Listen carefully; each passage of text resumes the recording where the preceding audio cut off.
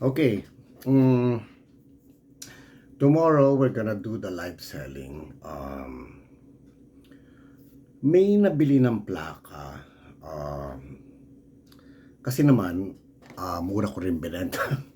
Well, I know naman they are in demand. Like katulad nung Body Rock, no? Then, yung Peter Frampton first album. Alam ko naman yun yung mabibenta eh. No? Because alam ko sila yung rare. No? Side note lang to, I will post this in my Facebook and in my blog and in my YouTube. Okay? So, it's the Mikos Vinyl Store. Actually, may tumawag nga sa akin, Miko. Sabi ko, how did you know my name? Yung pala yung pangalan ng record bar ko. Yun talaga nickname ko, no? It's Miko. Okay naman yung response, no? From the outside. Okay, sorry to say from the outside, pero sa mga friends ko, ilan lang. Siguro naman kasi ilan lang yung may collection ng plaka. But you know, you could have recommended me to your parents or kung meron mga artist or collector ng music sa family nyo. Because hindi sa nagyayabang ako, no. I have I cannot say one of the biggest, no. But ako yung medyo masustansya yung mga collection. That's the right term, masustansya. Because hindi naman ako namimili ng Pacquiao. Except yung Japan. Okay. May dumating sa akin 9 crates from Japan. The problem is, hindi ko, nakalkal ko pa lang is 2 crates. Then, interesting because may 78 record. Then may laser disc na mga sikat, no? Laser disc ng Star Wars, ng famous films. So I don't know kung bibili pa noon because like wala nang laser disc player. Pang display, siguro pwede, no? Then meron din mga Japanese and then meron din mga classical, no? Katulad nito, no? Ito, timo kapal-kapal. Look at the parang book bound. Okay, book bound, and then talagang album siya, no? May kwento, no? Yan. See, yung mga lyrics, see. Yan. Yung mga Japan. Mostly they're instrumental and vocal. Mostly they are in, yung collector na yung tingin ko, is into jazz. I think it came from one house.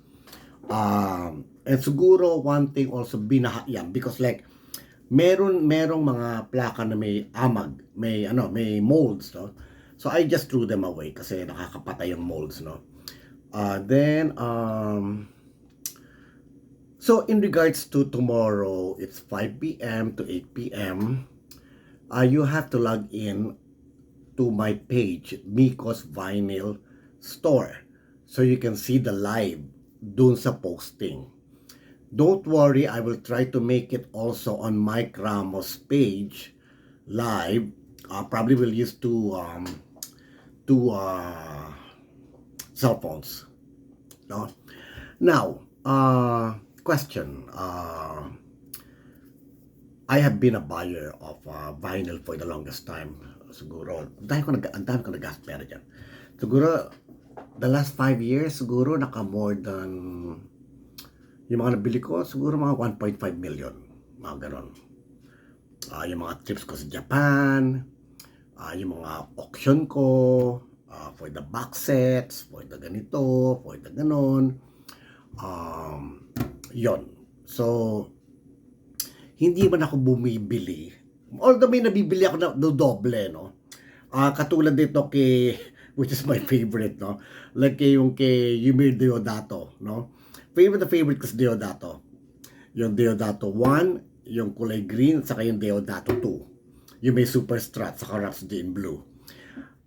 The best arrangement, instrumental pop jazz arrangement by Yumir Deodato. I mean, I don't know if you love music, you will appreciate it. I don't know with some of you, kung gusto nyo lang music. So, ano yan eh, may nasasabi tayong may lalim. Okay, may lalim na kolektor, may lalim na nagko-collect lang para ibibenta niya balang araw. Ako naman actually wala akong balak ibenta yan. It's just like, imagine mo eh, kinrate ko nga yan eh, from the States, no? Binalot bayan box ko lahat yan. Binalot ko sa comforter. Siguro ay, from the States, siguro mga 20 balikbayan boxes. Buti nga hindi tinapon ng kapatid ko. Kamuting nila itapon actually. Because the record during the early 90s, wala nang value. Wala nang value. Pabaksak talaga. Because of the CD rising. Okay? So, doon ako lucky because during that time, I was in Los Angeles. And alam mo naman Los Angeles. Mga collector, mga music lovers din yan. Okay, the old rich are there in Hollywood, in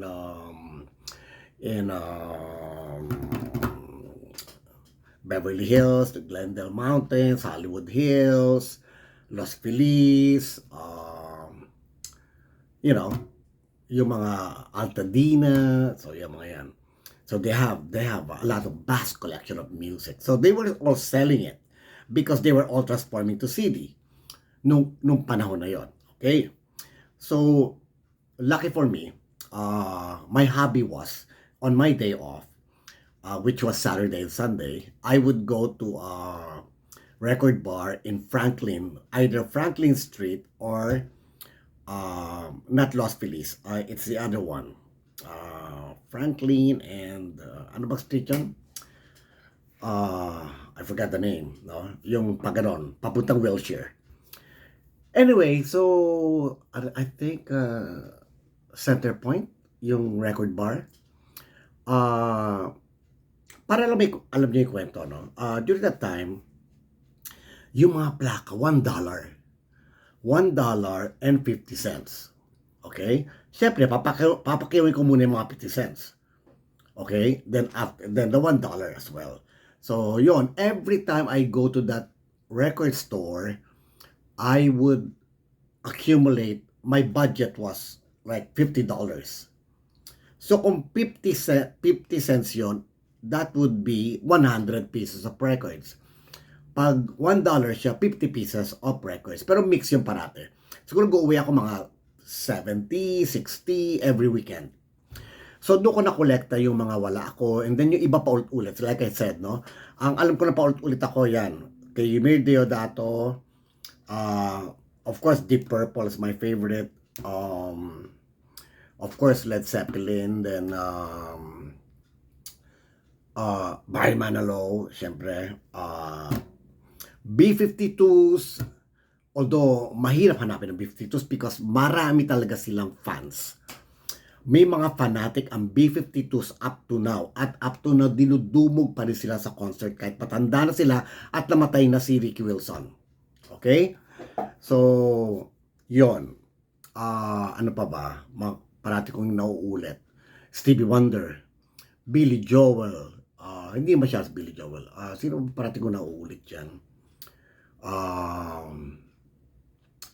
Sheena Easton. Kaya Sheena Easton, siguro, bibigay ko na lang ano yung 100. Ang dami ng Sheena Easton ko. Sino pa ba favorite ko? Well, Janet Jackson, during that time, CD na siya. Wala na siyang plaka. Nabili ko lang kay Janet Jackson was the first album, not the first album, but yung first production niya with, sino ba to? Yung What Have You Done With Me Lately, no? Yon. And then the second one, the second album, no? Yon, may plaka ako nun. I think nabili ko pa rin yung Velvet Rope na plaka. I think Tower Records, I don't know. No? Anyway, so yon. So, I'm just saying here is like, what we'll do tomorrow is very interesting because kilala naman niyo ako, no? Ayoko ng common. Ayoko yung predictable. Okay?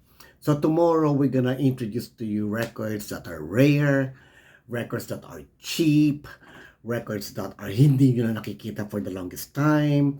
And then we kikwento namin sa iyo yung pinanggalingan ng plakang yun, yung nag-produce noon. Di ba may para sa YouTube, merong film yan yung about the artist, yung nag-hit ba siya ng chart, the longest hitting chart, like yung You Light Up My Life, na almost isang taon, nag-number 1, yung Saturday Night Fever album, which was almost more than a year na number 1 sa Billboard album chart, no?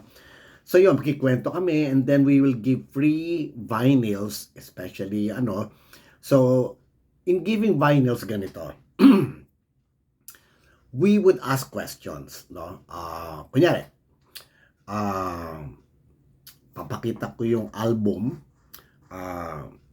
anong hit niya ang nag-number 1 sa Billboard? Parang gano'n. Or minsan madali. Sinong makakapag-name ng famous Billboard chart niya dito sa plakang to? Yon. Unahan lang. Hindi kanya yon, no? Yon.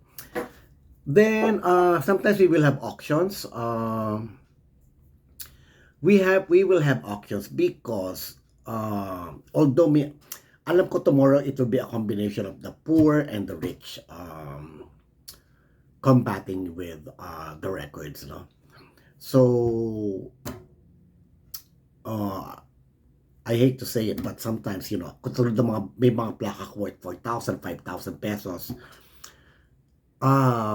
Hindi ko pwede sabihin, 4,000, okay.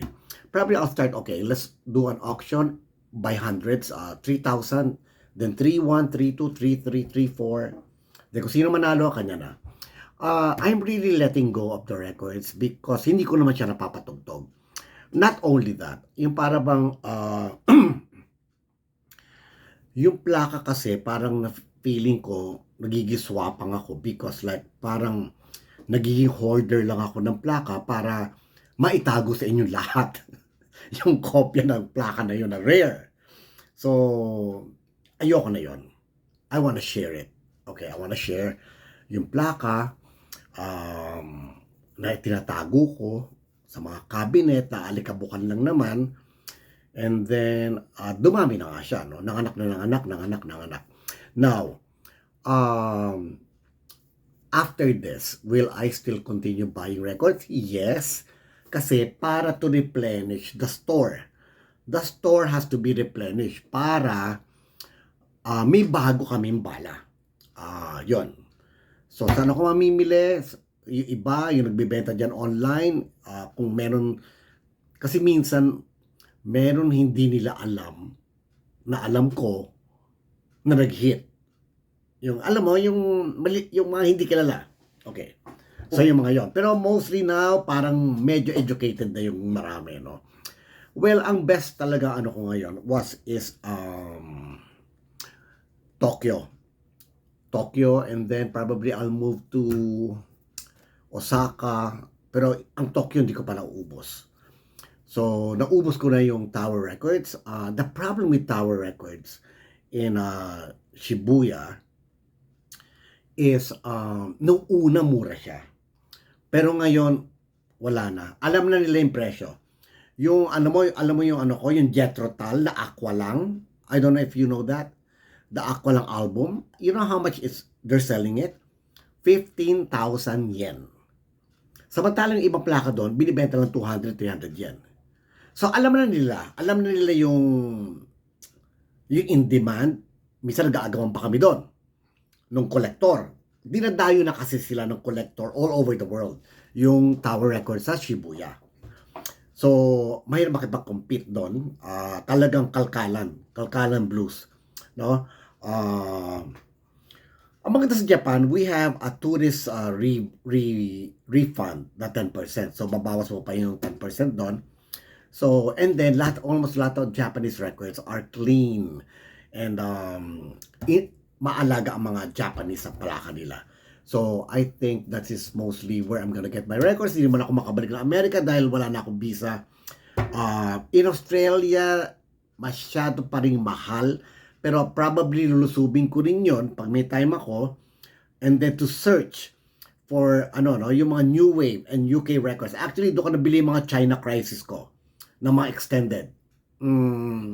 Marami sila doon, mga British release. Yon.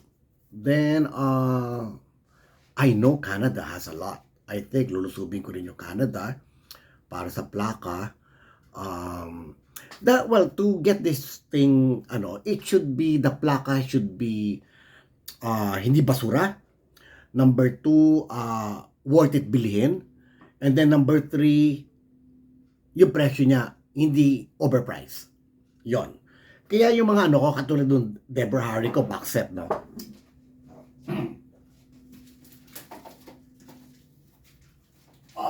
Ang bigat ito, parang weights. Ito. Yan. Yung kano kakapal. See? Yan. It's a collector's item. Against the odds, it's their greatest since 1974 to 1982. It's made in Czech Republic. Czech Republic to. Ayan o.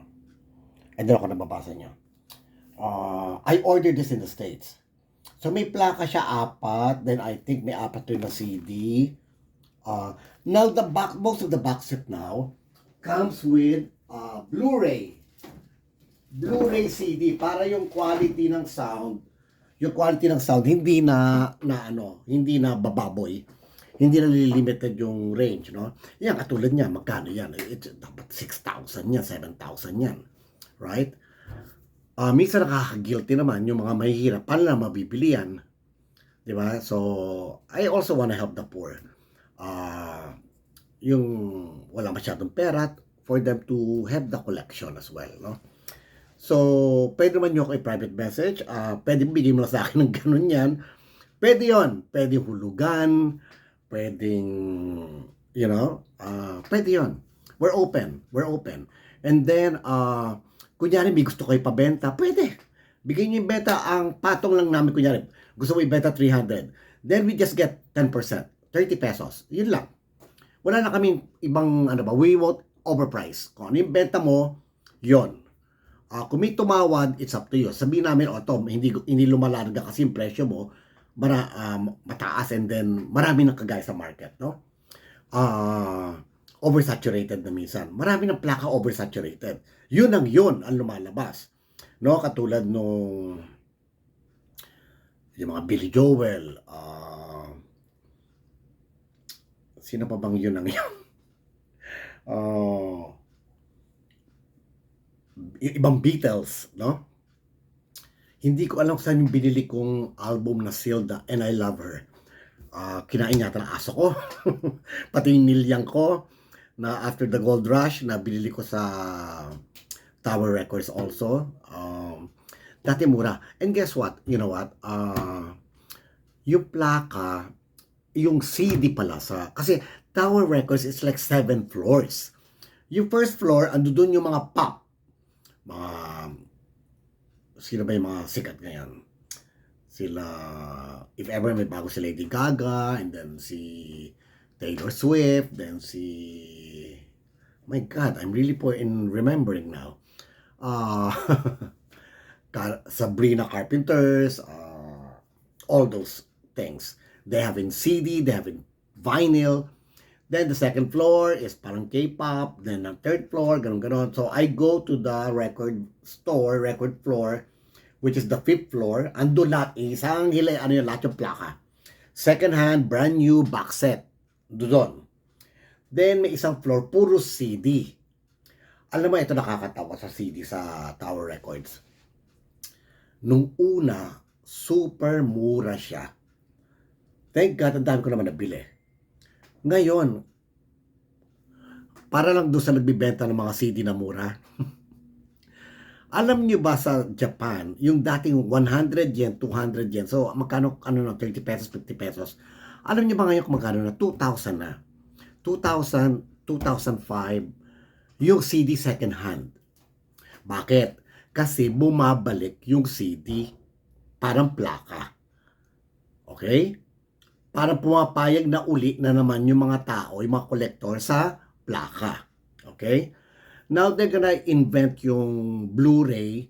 So I bought myself a Blu-ray player kasi nga yung ibang box set may Blu-ray na nakasama. Okay? So yung Blu-ray naman mapi-play niyo yun sa PlayStation. Mahaba tayo, ang bilis na 20 minutes. Anyway, so yon, no? So tomorrow, magkikwento pa rin tayo, no? Some about music. I'm gonna blog about music. Kwento nila, yung artist na to, yung buhay nila, ba't sila bumaksak, naghiwalay ba to, ganito. Eto lumipat sa grupo na to, eto nagyabang, gano'n, nagsarili grupo, yung mga ganyan, no? And then, yon, yung mga ganon. So, probably, yan ang mga makikwento natin. So, I'll see you tomorrow at 5 p.m. I don't know kung, I think there's a lot of people joining us. And, medyo kumalat. Naboost ko kasi, binoost ko yung invites, no? So, there's gonna be a lot of new players tomorrow buying online. So hopefully I can satisfy them with what we have. I really cannot promise you because hindi ko pwede ilabas lahat yung hard to find ko. Di ba? Kailangan unti-unti rin, no? Like yung mga OPM,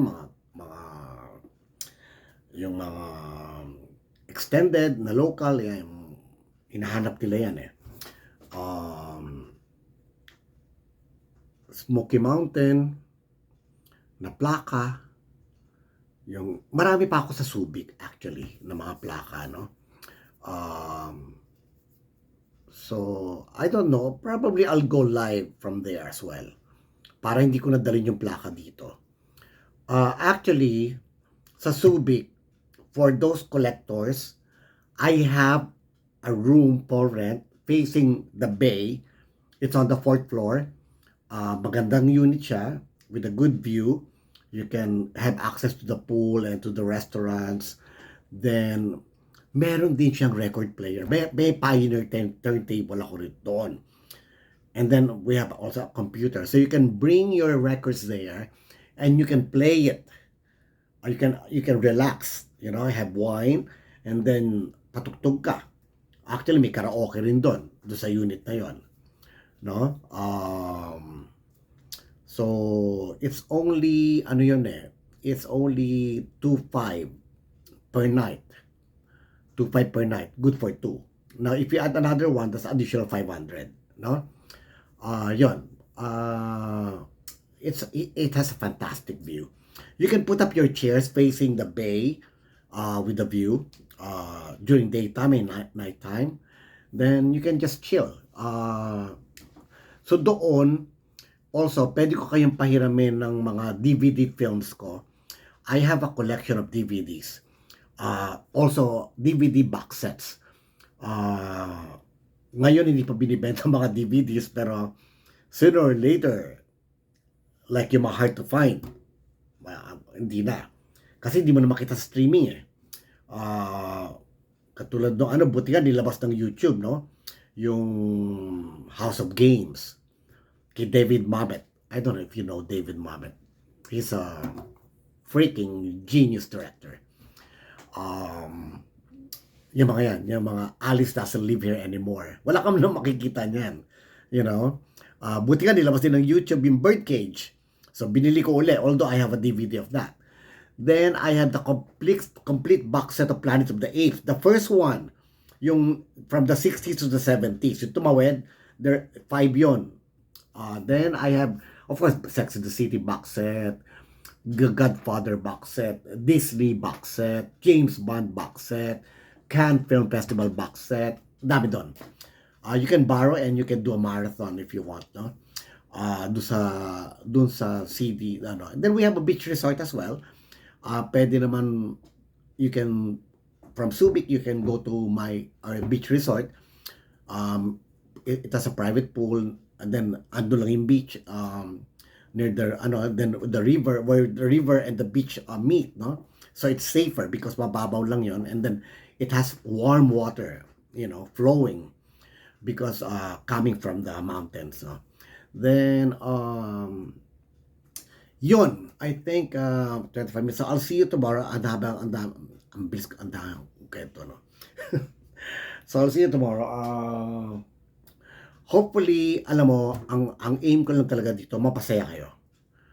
Mapasaya ko kayo, and then siguro mabawi ko man yung kahit yung kapital lang, and then I wanna share them. Ayoko na silang itago sa inyo. Someday mamamatay ako. Sinong magmamana niyan? Wala naman akong pamangkin nakatira sa Pilipinas. Wala na.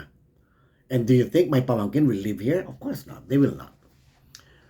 So I might as well give it to people na deserving, who loves music, wherein when they play my records, they will feel happy. Yung para nakapasaya ako ng mga tao. And then, yun yung primary goal ko, why I'm selling, why I set up Miko's record vinyl plus CDs, as well. Yun yung aim ko, no? Ayoko na mag-iswapang, and I want to make other people happy, and share it with them, no? Marami nga nagsasabi, yung iba daw, ba't baksak yung presyo ko? Hindi naman lahat baksak. May iba naman ako tinataas din, no? Yung mga ayaw ko talaga ibenta.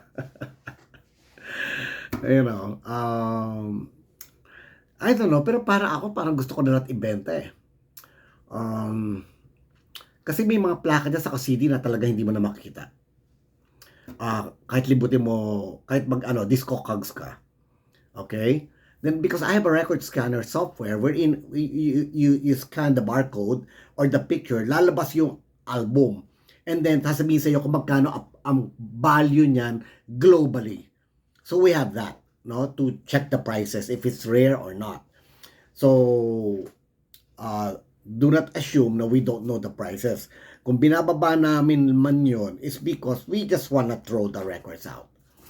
Okay? Probably mga Japanese records, halos siguro pamigay na lang namin yan. Pero magaganda, mga 50 pesos, 100 pesos, yung mga Japanese in mint condition. And then the classics, no? The classicals, no? Marami ako nakita classical music doon sa Crate, no? Actually,